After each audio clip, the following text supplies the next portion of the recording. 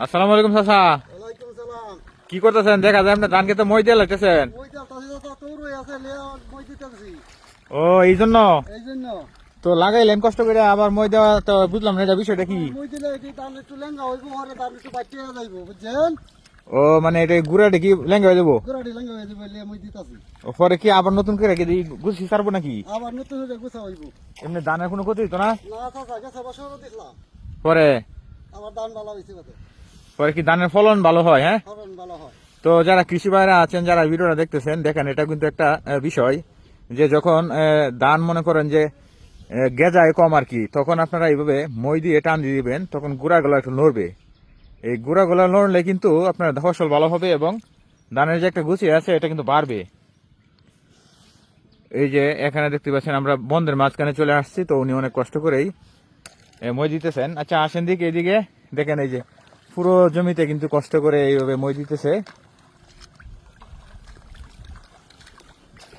আর মাটি তো দেখা যায় শক্ত, মাটি আবার একটু নরম হইব, মই দিলে কি মাটি নরম হইব? নরম হইব।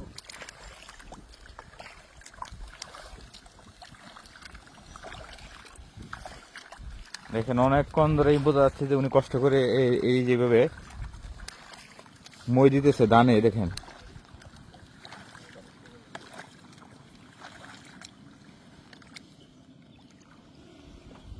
এই যে দেখেন পুরো ক্ষেতে কিন্তু আসলে এইভাবে মই দেওয়া হয়েছে। আর একটু নিবা।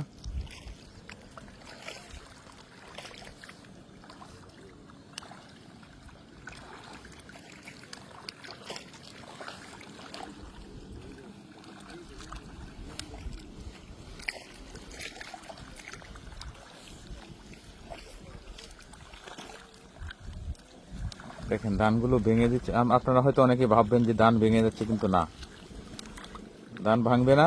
ধানের গোড়া কিন্তু একটু নড়ে দেওয়া হচ্ছে, যার ফলে শক্ত হবে আর এই ফসল হবে ভালো।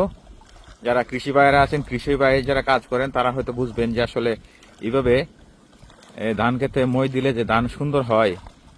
অনেকেই হয়তো হাসতে পারেন যে এটা কি করছে চাচা। মূলত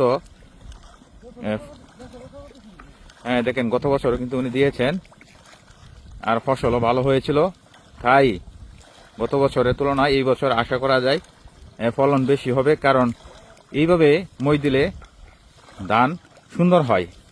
আপনারা যদি না জেনে থাকেন, আপনাদের যে মুরব্বিয়ান আছে তাদের কাছে জিজ্ঞেস করবেন যে আসলে এইভাবে মই দেওয়া হয় কেন ধান খেতে। দেখেন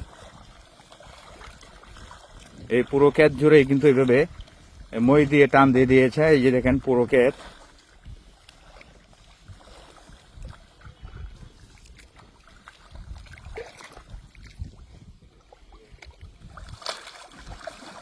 ওইটার মাঝে দিবেন না।